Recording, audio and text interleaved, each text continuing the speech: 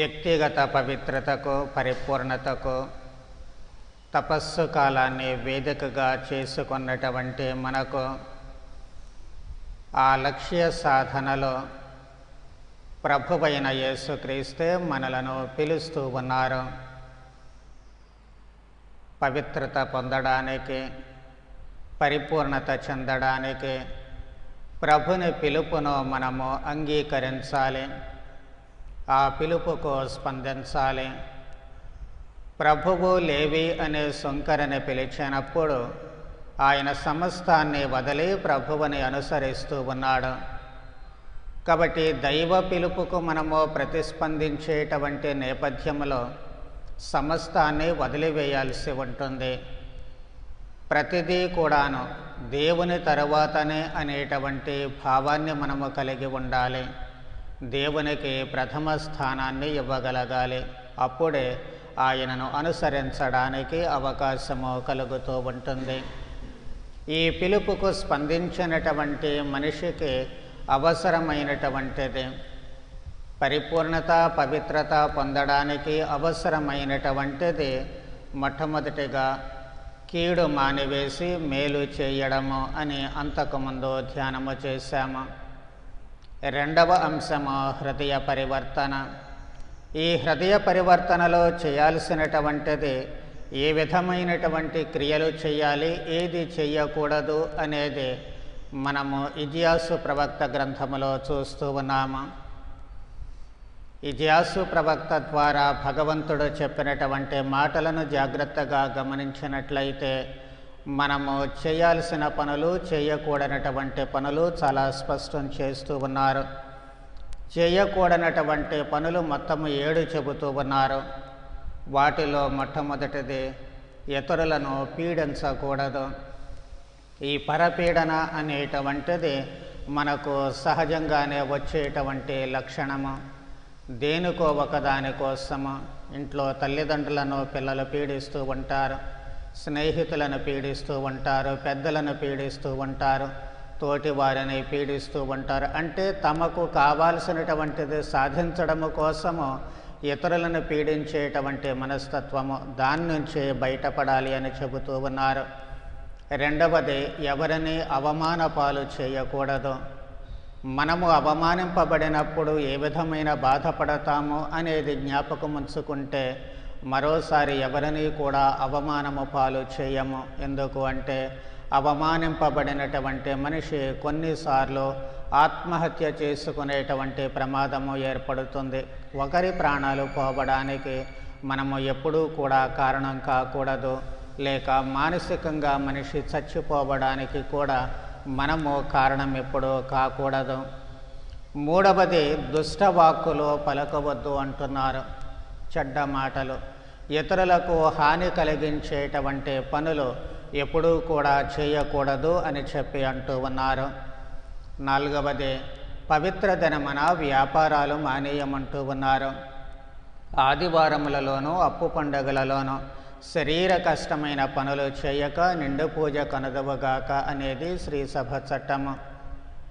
ఈ రోజుల్లో మనము దీక్ష తీసుకున్నటువంటి సభ్యులు ప్రత్యేకముగా ప్రతిరోజు కూడా దివ్య బలి పూజలో పాల్గొనాలి అనేటువంటిది ఒక దీక్షా నియమము.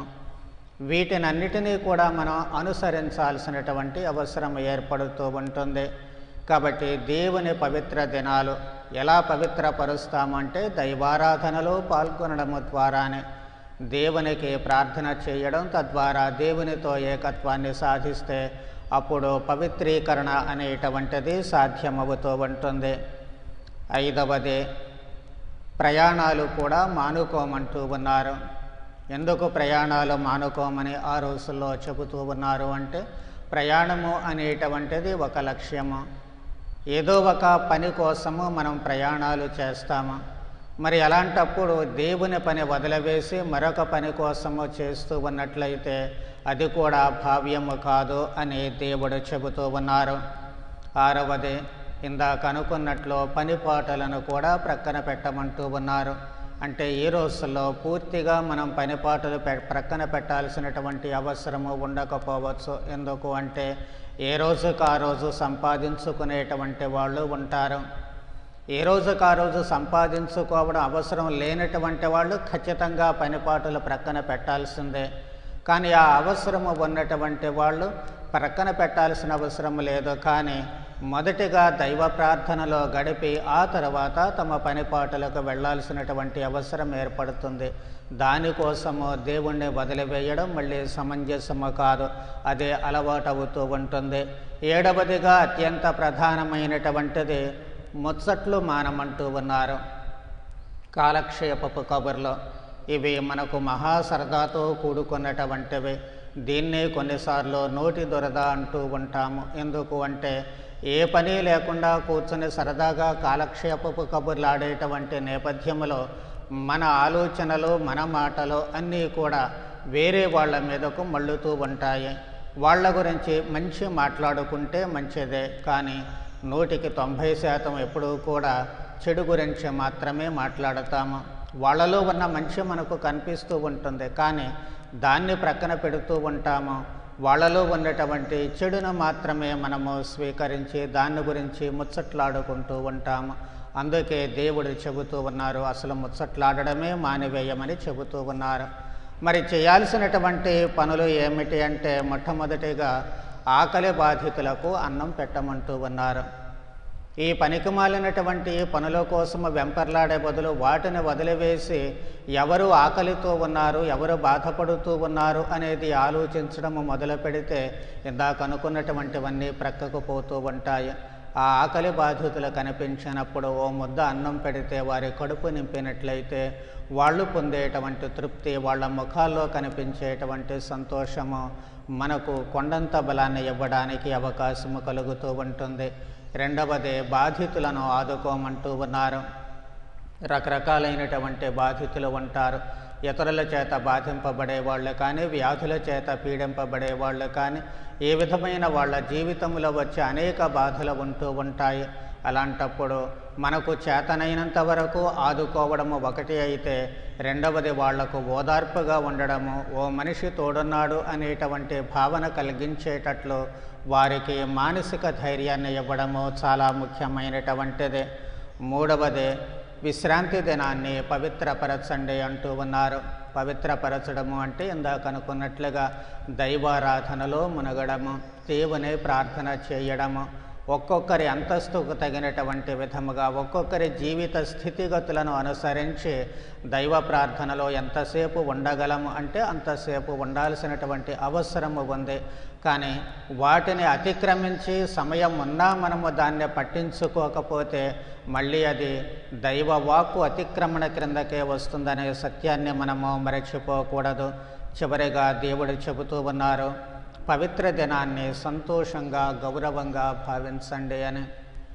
సంతోషంగా గౌరవంగా భావించడం ఏమిటి అని మనము అనుకోవచ్చు. అంటే ఈ ఆచరణలన్నీ కూడా దేవుని పవిత్ర దినము, దైవ ప్రార్థన చేయడము, ఇవన్నీ కూడా మనము ఏదో బలవంతంగా ఒక నియమం కాబట్టి ఖచ్చితంగా వెళ్ళాలి అనేటువంటి ఉద్దేశం చేత ఎప్పుడూ కూడా చేయకూడదు. లేదా నేటి దీక్షాపరులు మేము దీక్ష తీసుకున్నాం కాబట్టి ఖచ్చితంగా దేవాలయానికి వెళ్ళాలి అని చెప్పి అనుకొని మనము దివ్య బలి పూజలో ఇతర ప్రార్థనలో పాల్గొన్నట్లయితే అది మళ్ళీ నిరుపయోగంగానే మారుతూ ఉంటుంది. అది సంతోషంగా చేయాలి, మనకు ఆనందాన్ని ఇవ్వాలి. దివ్య బలి పూజలో పాల్గొనడం కానీ, శిలువ మార్గాలు చేయడం కానీ, లేకపోతే పరిశుద్ధ జపమాలను ప్రార్థించడం కానీ, ఇతర ప్రార్థనలు కానీ, ఏ ప్రార్థన అయినా సరే అది మనకు మానసికమైనటువంటి ఆనందాన్ని ఇవ్వాలి.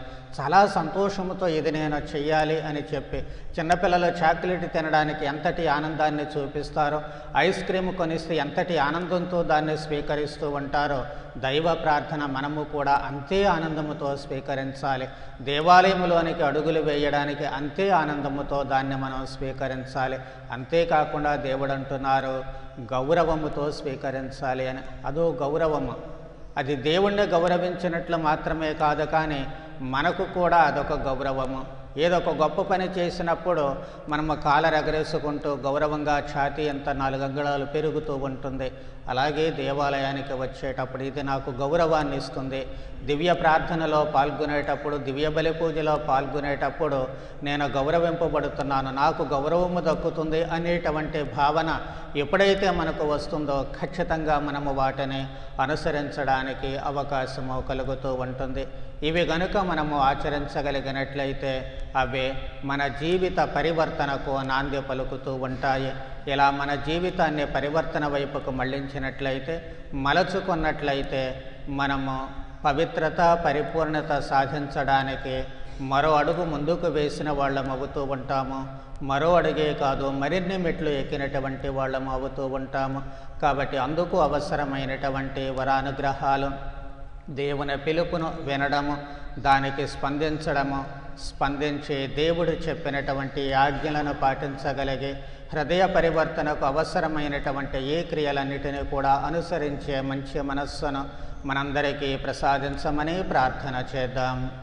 పితా పుత్ర పవిత్రాత్మ నామమున.